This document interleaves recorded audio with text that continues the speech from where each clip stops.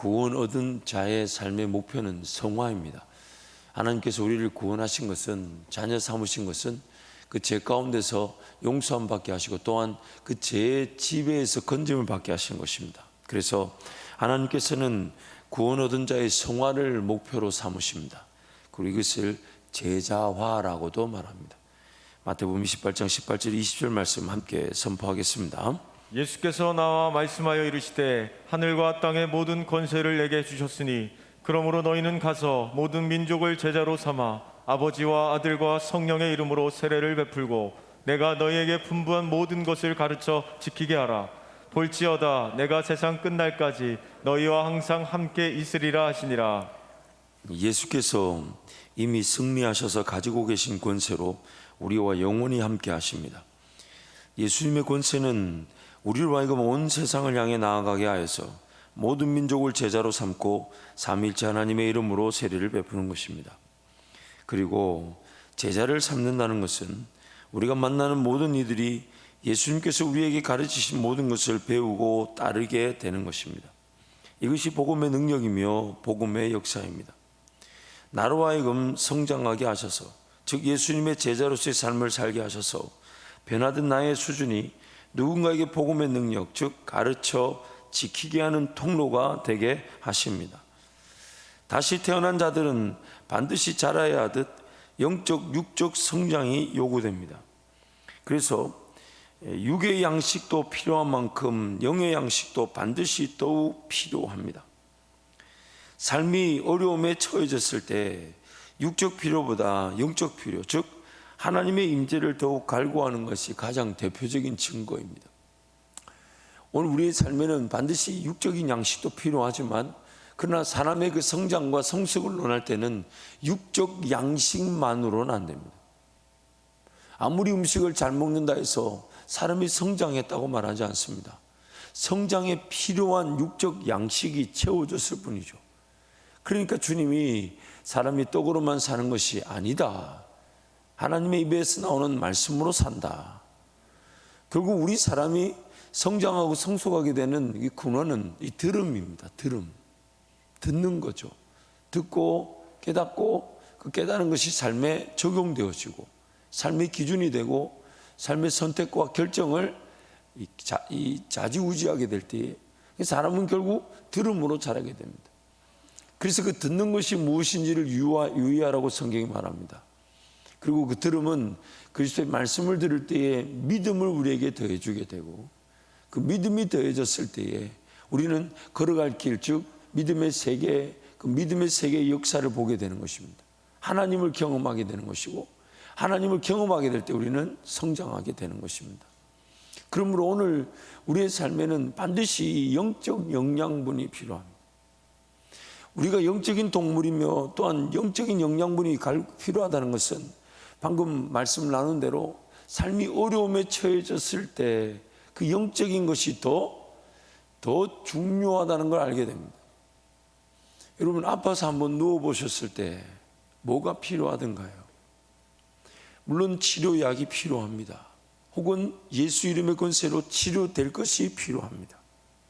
그렇지만 여러분 이 병상에 누워있거나 아픈 자리에 누워있을 때 뭐가 제일 사모되어지던가요?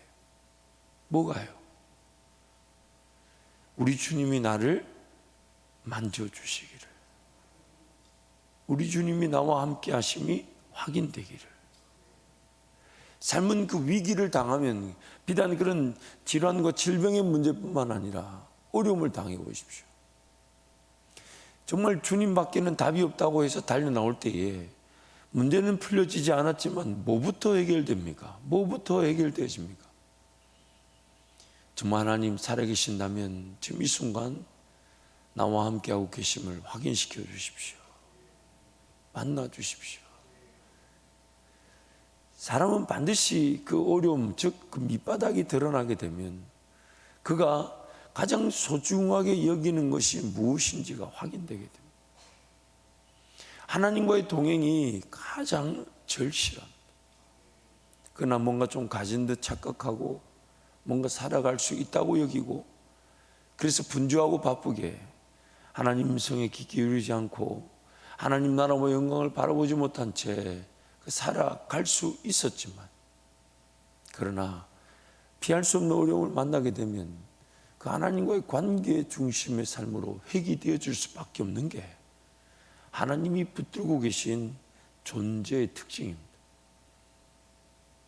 하나님께서 우리를 붙들고 계신다면 우리는 반드시 하나님과의 관계 중심의 삶을 살아갈 수밖에 없는 인생들입니다. 근데 그 하나님과의 관계 중심의 삶을 살아가기보다는 자꾸만 하나님 음성을 듣지 않고도, 하나님의 뜻을 깨닫지 않고도, 확인하지 않고서도 살아갈 수 있다고 여기는 것이 오늘 우리 죄성의 문제죠. 우리가 얻은 이 구원은 들을 수 없는 자들이 듣게 되어 생기는 믿음으로 살아가게 하는 것, 이것이 은혜의 완성입니다. 성령 하나님께서 성장을 도우실 때에 사람됨의 가치를 잃어버리지 않게 하십니다. 즉 저절로 성장되지 않게 하십니다. 만약 저절로 성장되게 하신다면요, 그냥 알아서 성장이 되게 하신다면 내 마음과 정성과 뜻과 힘과 목숨 다해 하나님 찾으려 하겠습니까? 한번 생각해 보세요, 여러분. 구원을 받을 때에는 우리가 할 수 있는 게 아무것도 없었기 때문에, 할 수 있는 게 없었기 때문에 예수님 홀로 하셔야만 했습니다. 그리고 구원을 받고 난 다음에 저와 여러분, 만약 저절로 하나님이 척척 믿어지고, 저절로 하나님의 뜻이 나타나고, 저절로 하나님의 인도하심이 물론 그럴 때가 있습니다. 언제냐면 여러분, 그러니까 자식과 부모와의 관계를 생각해 보세요. 그 자식을 향한 그 부모의 사랑은 어떻게든 독려하지만 이런 거죠. 공부해라. 내가 공부를 안 해보니까 공부가 얼마나 필요한지를 알겠다. 저만 그래요, 여러분? 그러나 자식 공부하던가요? 참 지독하게 안 합니다. 지독하게 해요. 그럼 그걸 어떻게 합니까? 두들겨 패도 됩니까? 괜히 내 손만 아픕니다. 안 됩니다. 그러니까 여러분, 그 관계를 자세히 보십시오. 그러니까 어떻게 달랩니까? 이제는 용돈을 주고 사탕을 입에 물리고 지 하고 싶었다는 거 해주고, 또 그러면서도 또 긴장감이 있어요. 이걸 또 지 하고 싶은 대로 해도 되는지, 돈을 척척 주면서 공부를 한다는 게 과연 공부가 되는 건지. 그래도 안 줬다가 또 삐쳐나가면 또 고함을 쳤다가, 그러면서 그 긴장감이 있잖아요. 하나님과 우리의 관계도 똑같습니다. 똑같습니다. 뭔가 그 자식들에게 알아서 길을 열어주는 것이 독이 되는 걸 알기 때문에, 어떻게든 본인이, 그러니까 예전에 저희 제한테는 좀 먼 제 친척인데, 뭐 형님 버리신데, 그분 자기 아들 컴퓨터 게임에 너무 빠져 있으니까 도끼를 컴퓨터에다 찍어놨어요. 그 집에다 또 이렇게 놔놨어요. 제가 까보고 깜짝 놀랐어요. 이게 컴퓨터 화면에 도끼가 톡 이렇게 박혀져 있길래, 아니 이게 왜 이랬더니, 아니 아들이 컴퓨터 게임을 도저히 벗어나지 못해가지고, 근데 공교롭게도 그 아들 기아의 컴퓨터 공학과 갔어요. 의사 시킨다고 그 난리를 치더니 의사는 그냥 기아의 컴퓨터 공학과 갔는데 이게 안 되는 거죠. 그 자식과 부모의 관계 속에서 그 긴장감은 이루 말할 수가 없습니다. 그러나 그 자식에게 필요하다고 돈을 다 주고 자식이 필요한 걸 다 주면 자식은 오히려 더 망합니다. 망합니다. 아버지 하나님과 우리의 관계도 마찬가지죠.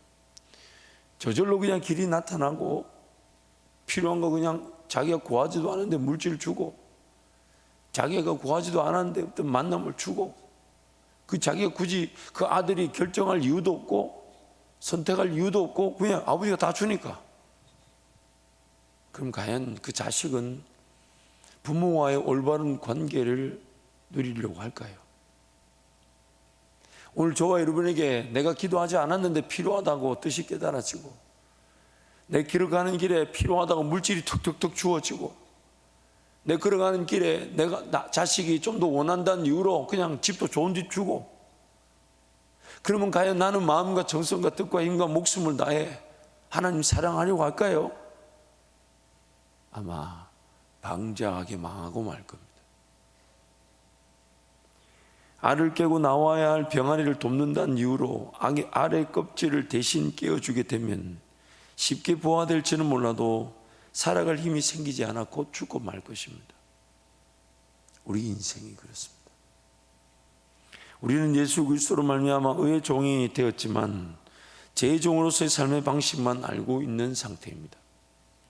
제가 명령하고 이끄는 대로만 살았던 인생이 이제는 그 명령을 거절하고 새 생명의 길, 의의 종으로서의 길, 성령이 이끄시는 길을 선택할 수 있게 되었습니다.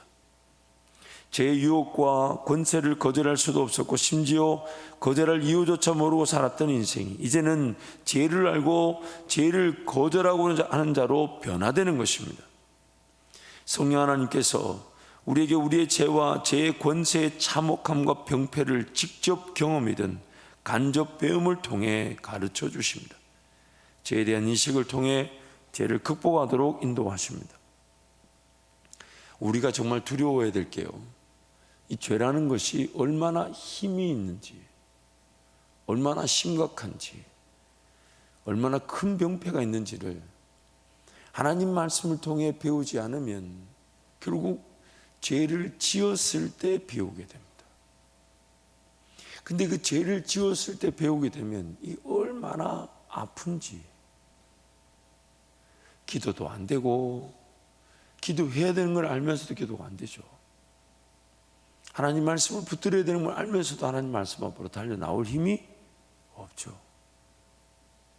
하나님 말씀을 통해서 죄를 배우면 좋겠지만 참 이 하나님 말씀을 통해 죄를 배운다는 게 참 전부가 되면 좋겠는데, 그러다 보니까 결국 죄를 죄로 짓고 나서야, 죄에 빠지고 나서야 그 죄를 비웁니다. 그리고 그 죄에 내가 얼마나 무지했는지, 그 죄가 나를 이미 지배하고 있는데 내가 얼마나 무관심했는지, 아니 무감각했는지, 그 죄에 사로잡혀 쓰러지고 넘어지고 난 다음에 죄를 알게 됩니다. 물론 그때도 나와 하나님과의 그 자녀됨의 관계, 아버지와 자식됨의 관계는 변함이 없다 보니까, 그래서 영원한 속죄, 영원한 용서. 그렇잖아요, 여러분. 부모가 자식 죄지었다고 자식 포기합니까? 그게 바로 예수 그리스도를 통해 우리가 용서함을 받은 속죄고 구속입니다.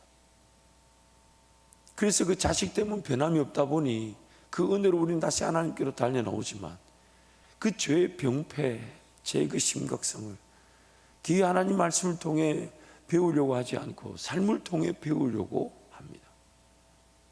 사랑하는 성도 여러분, 그만큼 우리의 연약함, 부족함을 날마다 기억하기를 축복합니다. 날마다 인식하기를 축복합니다. 정말 하나님께 달려나와 기도하지 않으면 이렇게 한번 생각해 보면 어떨까요?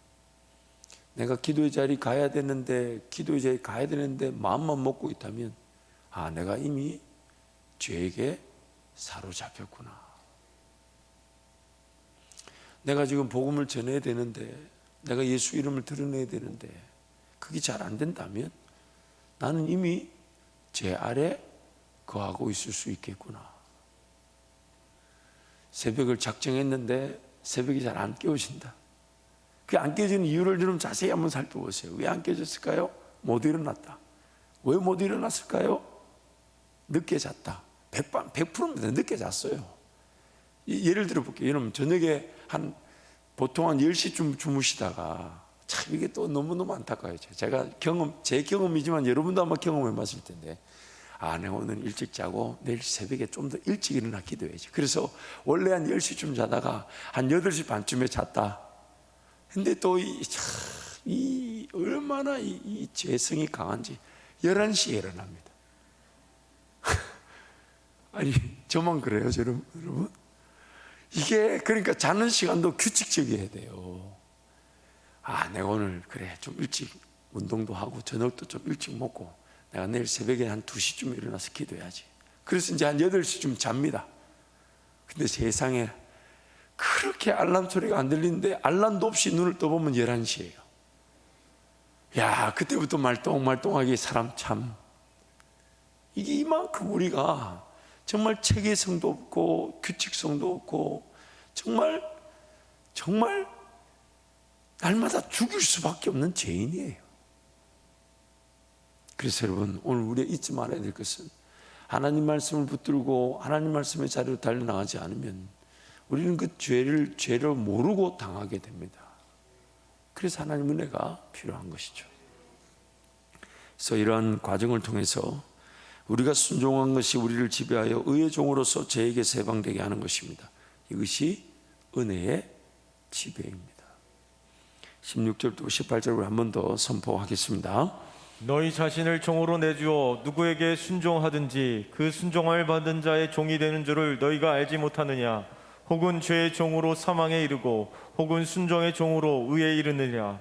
하나님께 감사하리로다. 너희가 전래 죄의 종이더니 너희에게 전하여 준 바 교훈의 본을 마음으로 순종하여 죄로부터 해방되어 의에게 종이 되었느니라. 아멘. 하나님께서 자녀 삼으신 그 은혜와 사랑 때문에 어떤 죄 가운데 있던 자녀도 하나님 끝까지 용서해 주시는 거죠. 그래서 하나님 가르쳐 주시길 원하십니다. 죄를 깨달아라. 어디에 사로잡혀 있는지, 무엇이 무겁게 하는지, 무엇이 얽매이게 하는지, 그것을 말씀을 통해 깨닫기를 원하시고 그 성령 하나님과의 동행을 통해 죄와 싸우지도 않게 하시고 성령 하나님을 따라가면서 죄와 사망의 법의 지배를 당하지 않게 하시는 건데, 그럼에도 불구하고 또 죄성의 지배, 또 죄의 그런 심각한 현상에 사로잡혀서 또 쓰러지고 넘어질 때가 있죠. 그때도 다시 예수 이름으로 하나님 앞에 나아가면 이미 자녀됨의 관계는 영원 전부터 영원까지 변함이 없었습니다. 저와 여러분을 창세 전부터 계획하셔서 포기하지 못하신 게 구원이기 때문에 자녀됨의 관계는 변함이 없습니다. 단지 내가 죄성에 사로잡혀서 하나님이 안 계신 듯, 내가 하나님의 자녀가 아닌 듯 착각하는 것이지, 우리가 자녀됨의 관계는 변함이 없습니다. 그러나 이러한 죄에 빠졌지만 다시 예수 이름으로 건짐을 받고, 또 그러다가 하나님 은혜 가운데 성령을 따라 살아가다가 또 죄에 빠졌다가 또 건짐을 받고, 이 과정이 반복되다 보면 어느 순간 점점점 더 겸손해지게 되고, 더 주님 앞에 엎드리게 되고, 더 주님만 바라보게 되고, 그러면서 자랑할 것이 나에게 없고 오직 예수만을 자랑하게 되고, 그러면서 뭔가 성령의 열매가 나타났을 때는 그것조차도 내가 한 것이 아닌 주님이 하신 것이고, 그렇게 변모되어져 가면서 점점 죄를 멀리하려고 하고 죄를 미워하려고 하고 죄와 싸워 피 흘리기까지 싸우면서 주의 은혜를 구하는 자로 이렇게 변모되어져 가는 게 성화의 과정이고 또 제자화의 과정인 것입니다. 그래서 두 번째, 죄의 지배를 벗어나 은혜의 지배 아래 거한다는 것은 오늘 본문 19절부터 21절인데 우리 함께 선포하겠습니다. 너희 육신이 연약함으로 내가 사람의 예대로 말하노니 전에 너희가 너희 지체를 부정과 불법에 내주어 불법에 이른 것 같이 이제는 너희 지체를 의에게 종으로 내주어 거룩함에 이르라. 너희가 죄의 종이 되었을 때에는 의에 대하여 자유로웠느니라. 너희가 그때 무슨 열매를 얻었느냐? 이제는 너희가 그 일을 부끄러워하나니 이는 그 마지막이 사망임이라. 아멘. 신분의 즉각적 변화를 통해 수준이나 상태의 변화를 위한 방향으로 돌아선 것이 은혜의 지배 아래 거하는 것이라고 그랬습니다. 의에게 종으로 자기 자신을 내어줄 수 있는 상태로 회복된 것입니다. 예전에는 죄의 종으로만 살았고 죄의 종인지조차 모르고 살았었죠. 어둠에 있으면서 그냥 헤매며 살았었습니다. 더듬더듬거리며. 근데 어느 날 보니까 저기 어디에 비상구라고 보이고 문이 보이기 시작하고 그쪽으로 이제 오라는 초청을 받기 시작했죠. 그 예전에는 그냥 어둠 가운데 헤매며 더듬거리며 살았다면 이제는 빛이 무엇인지 알게 되었고 그 빛이 내 삶을 인도하는 것인 줄 알았고 그 빛이 나를 인도해 갈 때 그것을 이제 따라갈 수 있는 형편으로 바뀐 것이 이 바로 구원이고 구원 이후의 삶인 것입니다. 거룩하지 않은 자가 거룩해질 수 있는 길로 들어선 것입니다. 아직 우리는 거룩하지 않아요. 주님 앞에 서게 되는 그날까지 온전하고 완전한 거룩함은 우리에게 존재하지 않습니다. 항상 거룩함을 추구할 수 있는 것이죠. 여전히 연약하여 부정과 불법에 내주는 안타까움이 있지만 거룩함을 추구할 수 있게 된 것, 이게 바로 이 땅에서 우리가 주님과 함께 동행하며 누리게 되는 은혜인 것입니다. 칼빈의 그 기독교 강요에 보면 이런 내용이 있습니다. 그렇다고 해서 그리스도인의 삶이 아무 것으로도 말고 오직 완전한 복음으로만으로 숨쉬어야 한다는 뜻은 아니다. 물론 그렇게 될 수 있다면 그것이야말로 바람직한 일이요, 또한 그렇게 하려고 애를 써야 하겠지만 말이다. 나는 복음 진리의 완전한 실천을 엄격하게 요구하는 것도 아니요, 또한 그런 완전한 상태에 이르지 못했다고 해서 그 사람을 그리스도인으로 인정하지 않는 것도 아니다. 만일 그런 사람을 그리스도인으로 인정하지 않는다면 교회 한 사람도 남아 있을 수가 없기 때문이다. 우리 모두가 그런 완전한 상태에 전혀 미치지 못한다. 깨끗한 사람은, 완전히 깨끗한 사람은 한 사람도 없습니다. 한 사람도 없습니다. 성경이 뭐라 하냐면 모든 사람이 죄를 지었고 의인은 없나니 한 사람도 없어요. 예를 들면 이런 거예요. 저 사람은 바늘을 훔쳤고 이 사람은 소를 훔쳤어요. 근데 하나님 보실 땐 둘 다 뭡니까? 도둑이죠. 죄인이죠. 저 사람은 저런 죄를 지었을 뿐이지 나한테 저런 죄가 없다 해서 나는 죄인이 아닌 게 아닌 거죠. 그러므로 우리 간에는 서로 평가하고 판단할 수 있는 자격이 아무도 없습니다. 아무도 없어요. 단지 국률이 여겨줘야 돼요. 아유, 나는 이런 죄에 고민하는데 저 사람은 저런 죄에 고민하는구나. 나는 이런 죄로 하나님 은혜가 필요한데 저 사람은 저런 죄로 하나님 은혜가 필요하구나. 단지 그 죄가 좀 관계적인 측면에서 많은 사람에게 어떤 아픔을 줄 수 있는 그 크기적인 측면에서는 좀 영향력이 크기가 있을 수 있겠죠. 그러나 그런 죄가 그 사람에게 그렇게 드러날 줄은 그 사람도 몰랐을 겁니다. 그런 죄가 그 사람을 힘들게 할 줄은 그 사람도 몰랐어요. 왜냐하면 내 죄가 나를 힘들게 할 줄 여러분 아셨습니까? 몰라요. 우린 다 죄의 지배의 피해자들입니다. 그렇기 때문에 함부로 이렇게 평가하고 판단하지 않습니다. 가능하면 기다려주고, 그러나 그 사람의 그 죄가 다른 사람에게 피해를 일으킬 때에는 조금 격리가 필요하겠죠. 조금 어떤 적절한 관리적 측면에서의 보호가 필요하겠죠. 왜냐하면 그 사람을 내버려 두면 자기만 힘든 게 아니라 다른 사람을 힘들게 하니까 공동체를 지켜나가기 위해서 그 사람의 죄에 대해서는 우리가 평가하지 않겠지만 그 죄의 영향력으로 인한 그 관계적 측면에서의 아픔과 어려움을 차단하기 위해 교회가 권징, 즉 어떤 보호적 차원에서의 결정을 내리죠. 당분간 이렇게 좀 해주십시오. 이렇게 조금 달아주십시오. 왜냐하면 그렇게 하지 않으면 그 사람의 그런 죄로 연약한 자들이 계속 피해를 받게 됩니다. 그래서 어떤 그런 관리적 차원에서의 그 보호와 또 격리는 필요할 수 있겠지 몰라도 그 사람 자체에 대해서는 평가하지 않습니다. 오히려 나를 보죠. 나도 저 사람 못지않은 죄가 있었고 있을 수 있다. 그래서 누군가를 위해 기도해 주고 기다려 주는 것이 우리 교회 공동체의 역할인 것입니다. 그런 환경을 만들어 놔야 돼요. 어떤 죄인이든지 간에 기다려 줄 수 있고 어떤 죄인이든지 간에 용납하고 기도해 주며 사랑해 줄 수 있는, 품을 수 있는 공동체, 그것이 바로 교회 환경인 것입니다. 여러분 잊지 마세요. 우리 교회 규모 정도 되면요, 전 세계에서 가장 많은 죄인들이 모여 있다고 봐야 돼요. 왜 아닌 것 같아요, 여러분? 형형색색의 다양한 죄인들이 다 모여 있다고 봐야 돼요. 우리 마음을 아마 까발린다면 뭐 전 세계 모든 죄들은 다 볼 수 있다고 봐야 되지 않겠습니까? 우리 교회 정도 되면, 그래서 저는 항상 그렇게 생각합니다. 우리 교회 정도 되면 이 세상의 모든 죄인들은 다 들어와야 돼.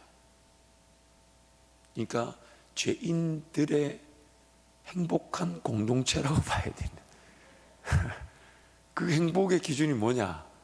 또 어떤 죄인이든지 간에 품어줄 수 있는 공동체. 왜냐하면 나를 한밭 제일교회가 품었다면 품지 못할 죄인이 있겠습니까? 그렇지 않아요. 그러니까 여러분 항상 교회 안에 오거들랑 좀 쉽게 예를 들게요. 어디 담배 냄새 나거들랑 감사하십시다. 담배를 피면서도 주님 은혜를 구하러 왔다는 건 행복한 일이에요. 우리가 바깥에 재떨이를 만들어 놓지 못할지언정 예배드리러 왔는데 술 냄새가 난다, 잊지 마세요. 하나님의 은혜입니다. 그 술 냄새를 풍기면서도 예배당에 온다는 게, 그 발걸음이 인도되어지는 게 성령의 능력이 아니면 어려워요. 여러분, 술 취했는데 예배당에 찬송가 부르며 오는 거는 그 보통 역사가 아닙니다. 술 드셔보신 분들은 알아요. 그 술이 자기를 이기는데 그 사람의 발걸음이 예배당을 향했다? 구원의 발걸음일 수 있습니다. 그러면 우리가 항상 이 죄에 대해서는, 나에 대해서도 상대방에서도 정말 우리 모두가 항상 하나님 은혜를 구해야 되는 것에 대해서는 잊지 말아야 됩니다. 그래서 칼빈이 이런 얘기를 이어서 갑니다. 육체를 입고 있는 동안에는 어느 누구도 끊임없는 열심으로 계속해서 전진할 수 있을 만한 힘이 없고, 대부분이 연약함에 눌려서 머뭇거리고 뒷걸음질하고 심지어 넘어지기까지 하며 아주 느릿느릿 나아가는 것이 사실이다. 변화가 잘 되면 좋겠습니다만 변화가 안 되는 게 지극히 정상입니다. 지극히 정상. 변화가 어려운 게 그래서 오직 성령만이 하실 수 있으신 거예요. 그래서 마지막으로 글을 하나 더 소개하면요, 마음의 내적인 감정이 온전히 하나님께 드려져서 거룩함과 의가 그 사람에게서 배양되고 있다면 그것이야말로 바른 그리스도인의 삶이 영적으로 시작되고 있는 것이라 말할 수 있을 것이다. 매일매일의 여정에서 조금씩은 전진하는 법이다. 완전한 상태를 목표로 설정해 놓고 끊임없이 계속해서 그 상태를 향해서 나아가고 있어야 한다는 말이다. 완전한 상태는 제가 이제 해석한 것인데요, 영원한 천국에서의 영화를 최종의 목표로 놓고 계속해서 달려가야 한다.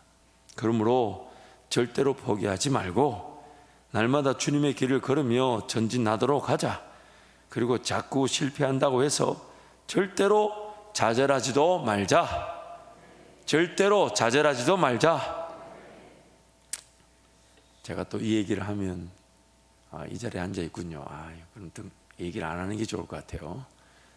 여러분 한번 따라 하실까요? 우리는 좌절할 자격도 없습니다.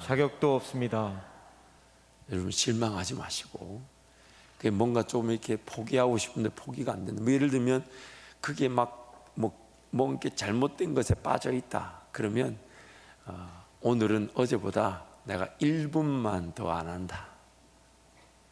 뭔가 잘못된 것에 시간을, 물질을 쓰고 있다 하면 내가 어제보다 100원만 아낀다. 그렇게 조금씩 전진해 보죠. 그러다가 또 확 쓰러질 때가 있어요. 참았던 게 이렇게 밀려쓰려, 그러면 또 다시 달려나가 은혜를 구하면서.